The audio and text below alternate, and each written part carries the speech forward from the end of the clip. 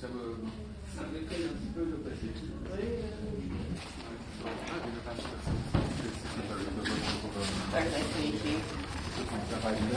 Welcome to our university. Day. I'm the developer of the area.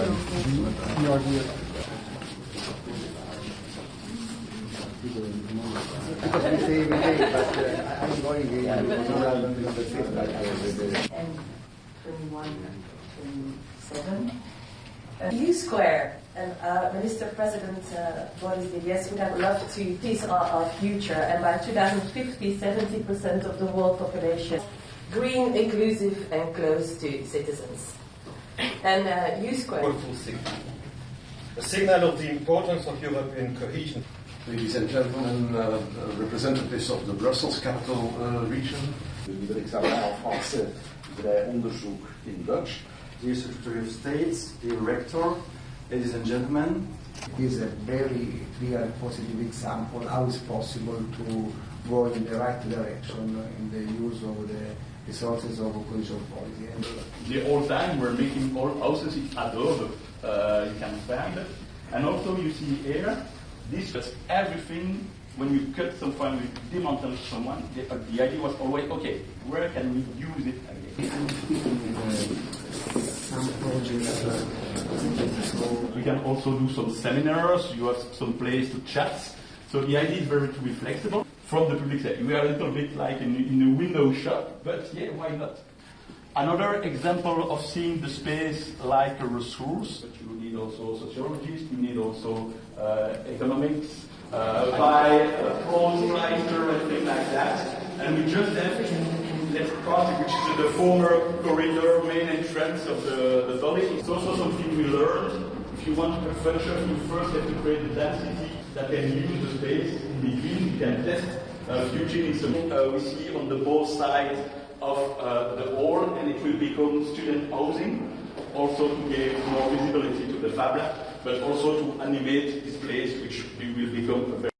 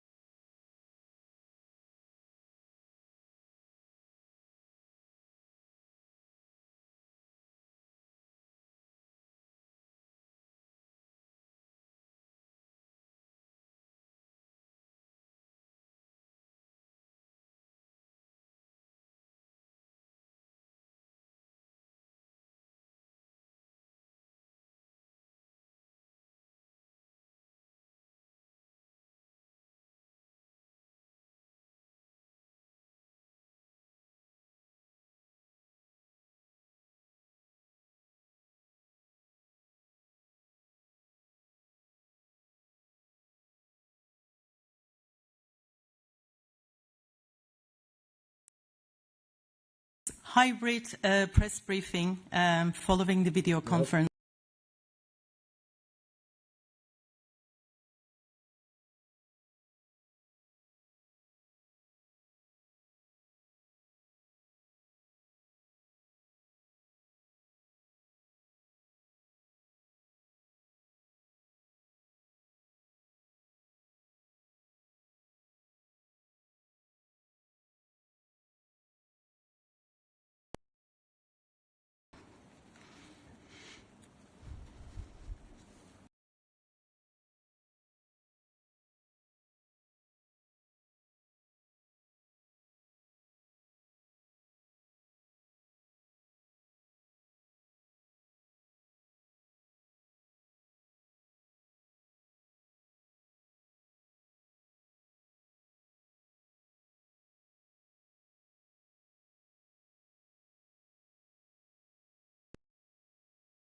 Minister of Commerce, Energy and Industry, Michael Damianos.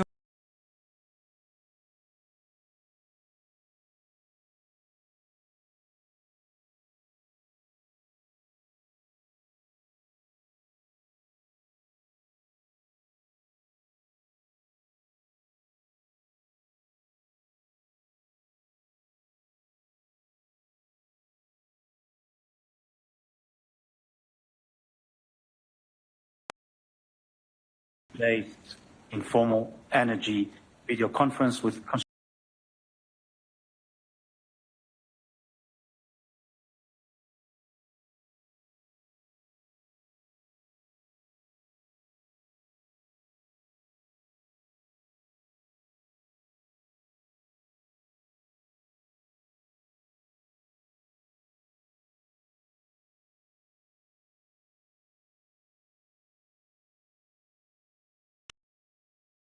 today aligned with the broader vision of the Cyprus presidency.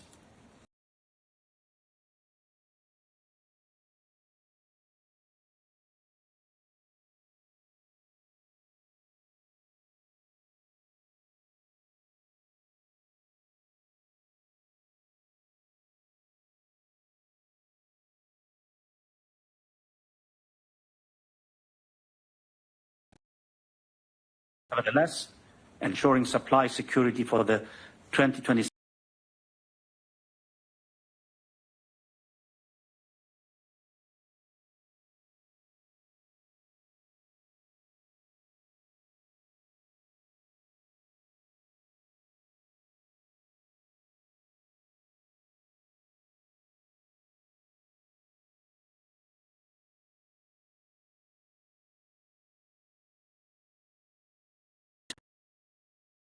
that EU and national measures must be carefully designed, coordinated,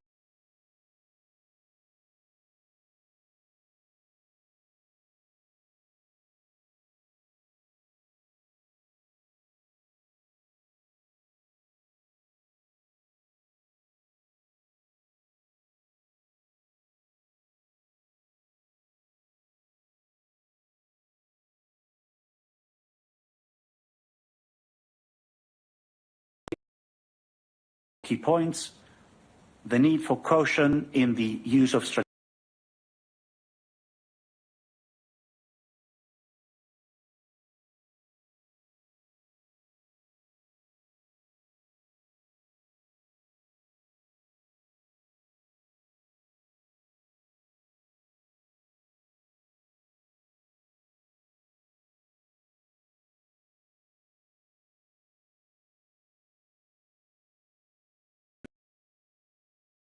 to respond effectively. Ministers also stressed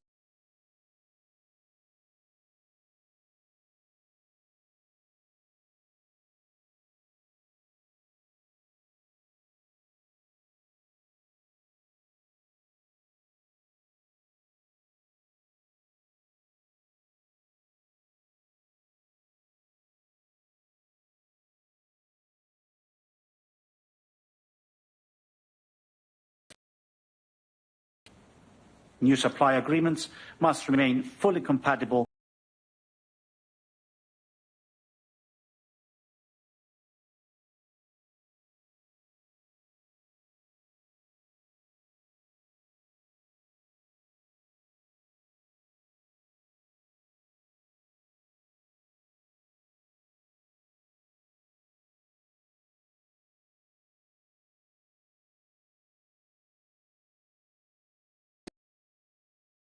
meeting was not only about addressing immediate challenges.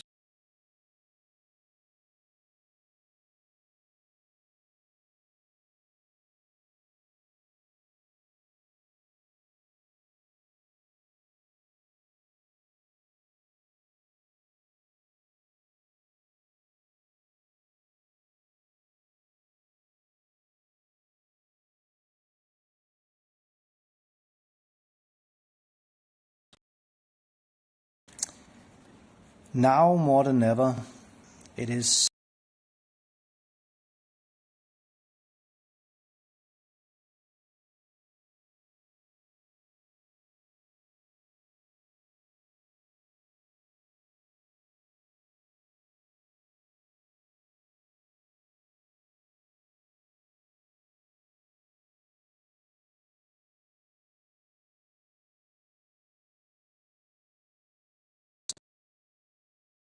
€14 billion to the Union's fossil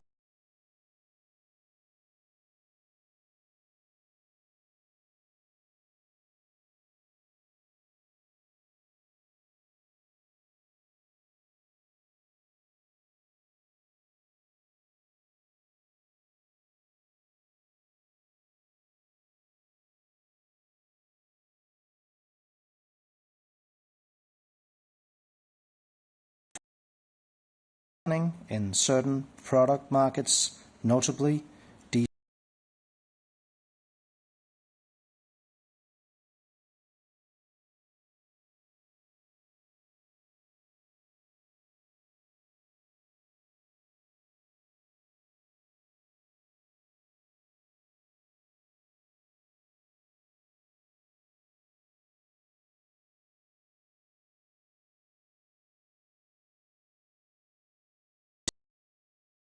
will be short-lived, because they won't.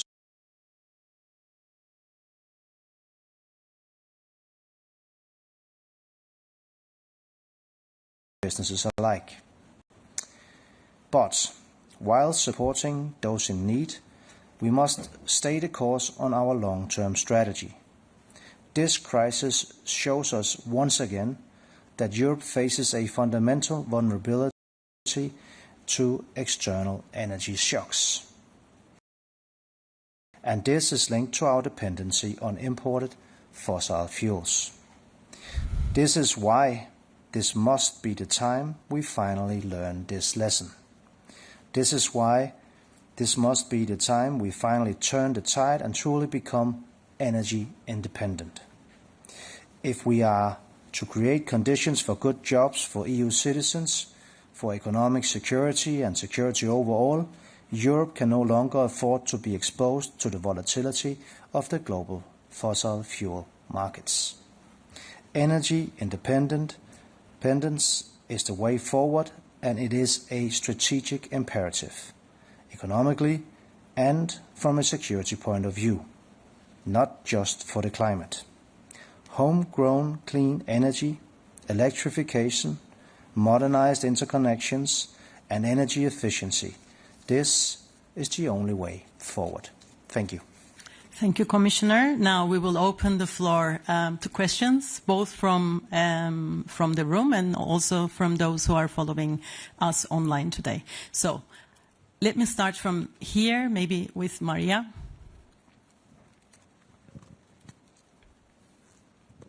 Hello, thanks for the floor, Berna. Maria Psara with Cyprus Public TV, RIK. I have two questions for Commissioner. The first is that in your letter that you sent ahead of this meeting to the Member States, you recommend measures especially for transport sector. What could this mean? Limited fuel consumption or reduction of flights are between these measures that you recommend. Which is your message to the governments? And the second question is very, very quick. When will you present this toolbox? You said soon, but how soon can we expect it? Thank you. So, on the demand reduction measures, there are a lot to be learned from the crisis in 22, but of course there's also the difference that the crisis in 22 were primarily a gas crisis, whereas we now, of course, are facing a broader range of problems, notably with regards to oil and even more with regards to certain products like jet fuel and diesel. So what we are recommending to the member states is to look at IEA's toolbox, the 10-point plan, to find inspiration. We also know, of course, that there are different national circumstances. That means that there's no one-size-fits-all solution. But it is clear that the more you can do to save oil, especially diesel, especially jet fuel, the better we are off. And therefore, we will continue to also help share best practices and give guidance to member states. On the timing of the different measures, we will be ready to put forward a package quite soon, but it's also clear that we are monitoring the situation closely, and the situation will continue to be quite dynamic, and therefore we will also be flexible and ready to put forward measures when and if needed. Thank you. We'll move to the next question. I will try to take as many as possible, but let's take from here. Yes, good afternoon, Mark Peberkorn, Volkskrant. Commissioner, two questions. One is a follow-up on Maria's question, because you mentioned these recommendations to save energy, especially diesel and kerosene.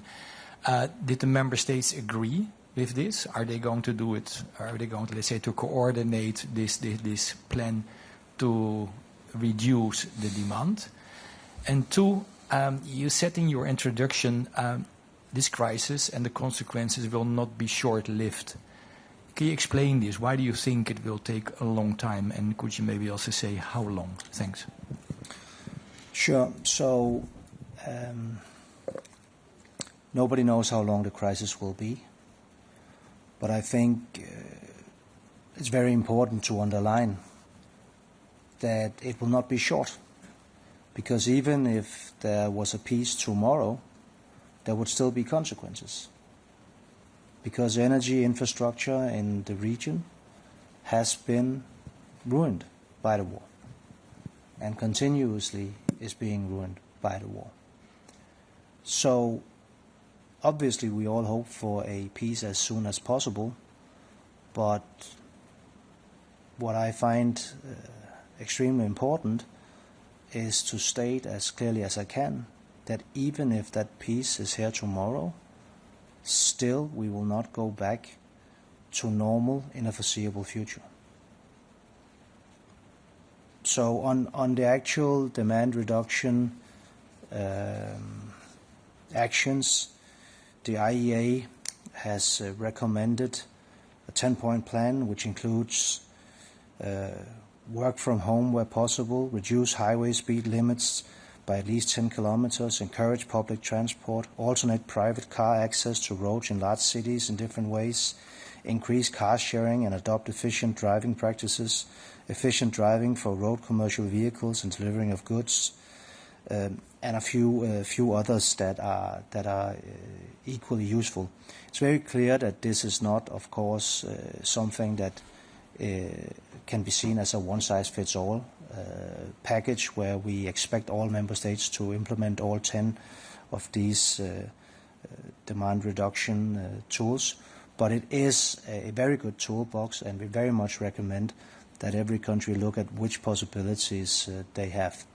Now, of course, I primarily see it as my responsibility to put forward the common European solutions, and this package will be ready to be presented quite soon. There's already things there that member states can use. The citizen energy package that we presented recently is full of things that can be done to lower prices for citizens and households. We've also put forward recommendations on taxes, lowering taxes especially on electricity, would be very timely now.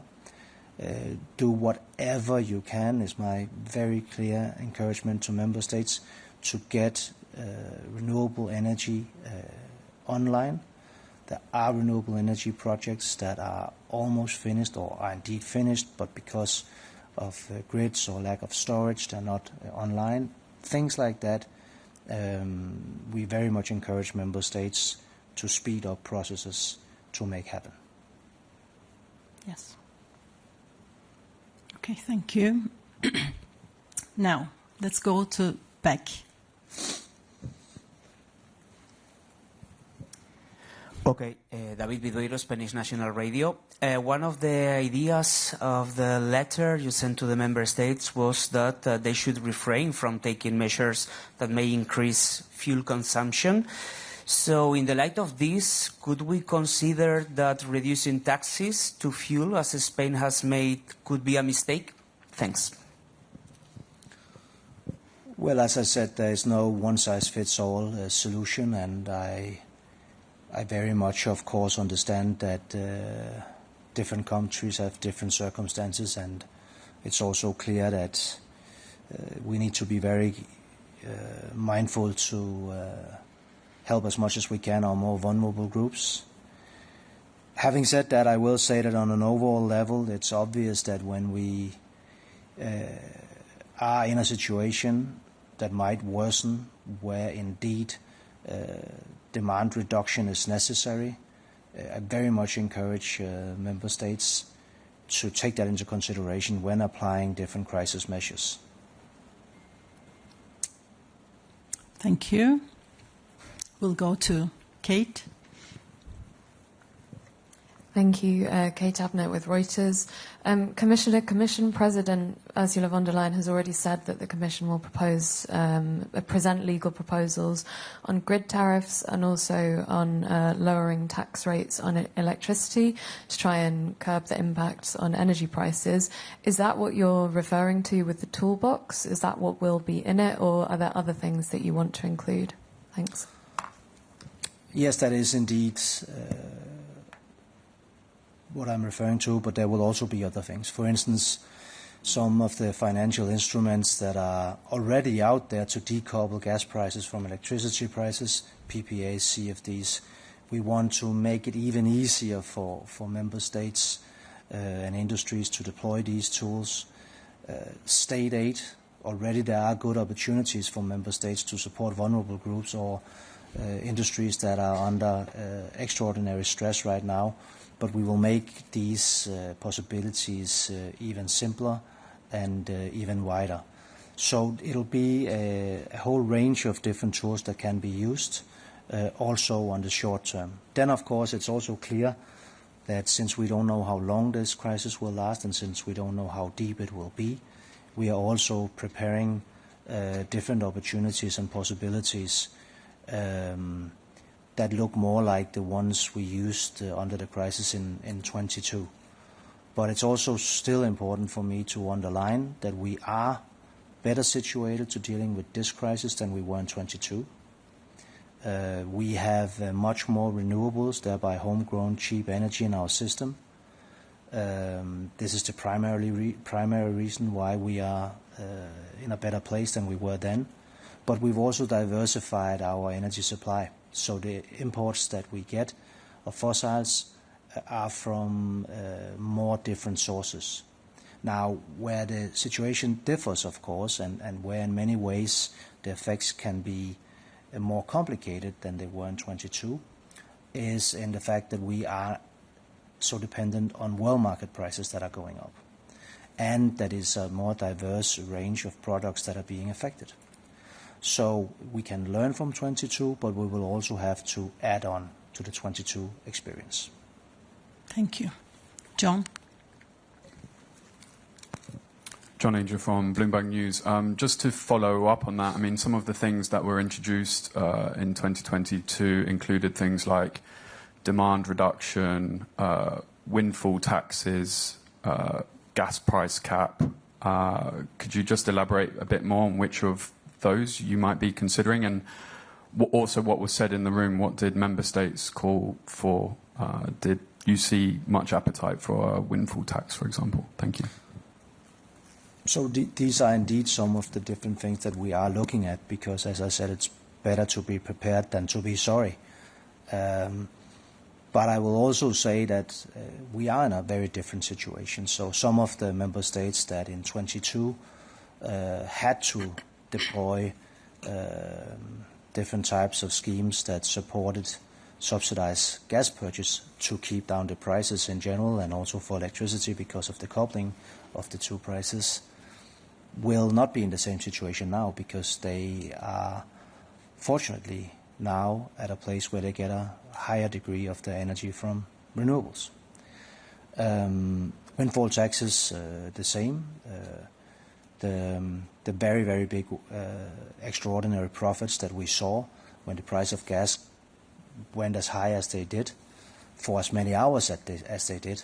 We don't foresee a similar situation, but indeed if we do approach a similar situation like that, then that is a possibility, that is to deploy some of the same tools that were used and efficiently used during the crisis in 22. Last question. Last question. Okay. Shall we take from the back? Hello, Valeria Pashko, Public Broadcaster of Ukraine. How ministers brought up the issue of Druzhba pipeline, especially in the context of energy security of the EU? Probably Hungarian or Slovak minister could have mentioned that. And do you have any updates on the EU mission who is supposed to be in Kyiv or somewhere near the Druzhba pipeline to inspect whether it's damaged or not? Thanks. So we have stated, and President von der Leyen has stated, that we stand ready, of course, to help solve this situation, and we hope it will be resolved. I will also use this opportunity to say that solidarity with Ukraine was brought up in the meeting by many ministers.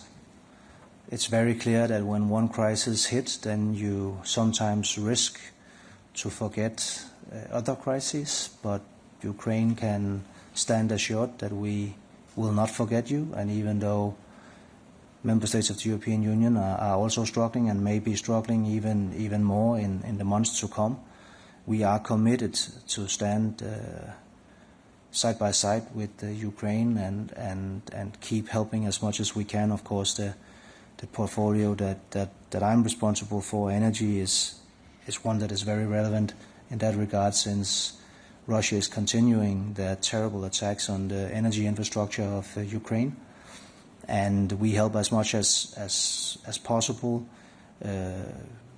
rebuild this infrastructure and replace with different sources the energy that is needed, so that citizens of Ukraine will not be without electricity or without heat. Thank you.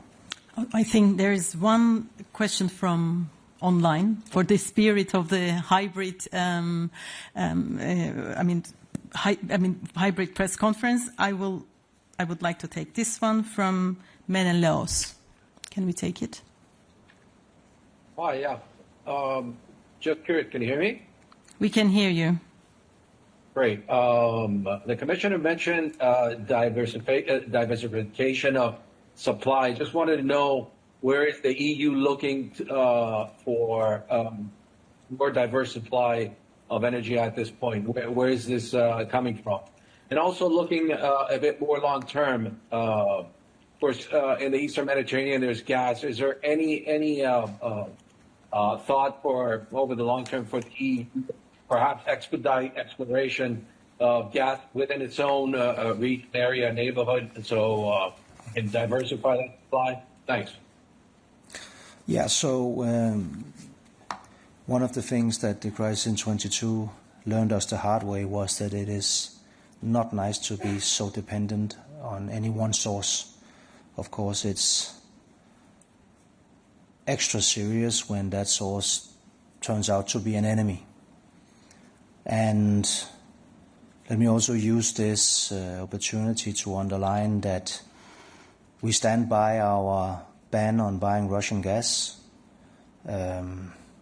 We should never repeat the mistakes of the past. allowing Putin to weaponize energy against us and blackmail member states of the European Union. Just as, of course, it would be totally unacceptable if we in the future kept buying energy that would then indirectly help finance the terrible war that Putin is conducting in Ukraine.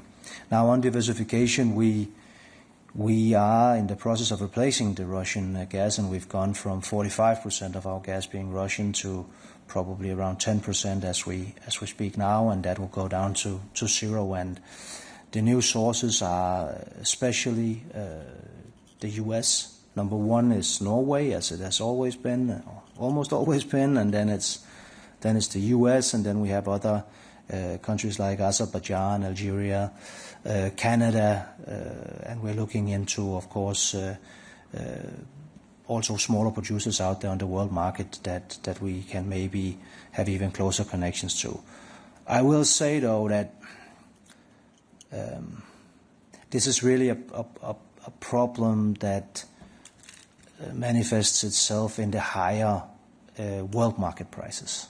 So yes, of course, it matters who it is that you import from, and especially when there's long-term contracts involved, then that can be an advantage for the demand side.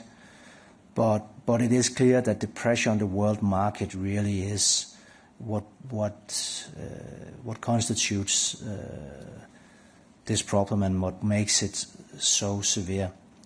And we're doing everything we can every day to try and limit these negative consequences in Europe.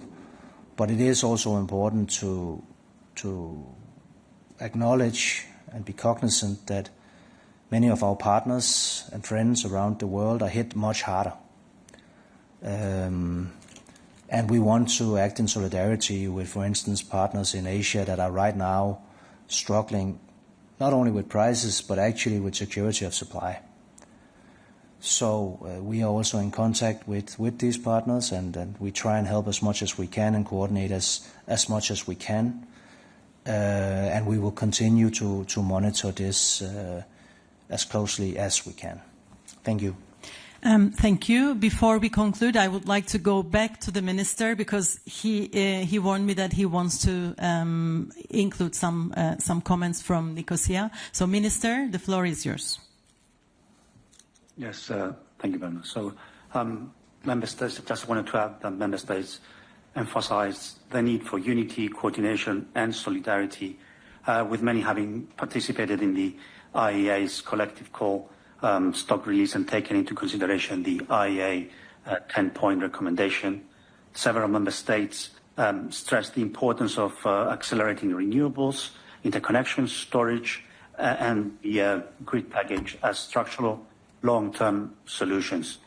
Caution was also advised against uncoordinated national measures, direct price interventions, and weakening mandates for biofuels. That's it for me. Thank you very much. Thank you. Thank you, Minister. Thank you, Commissioner. And thanks for your interest.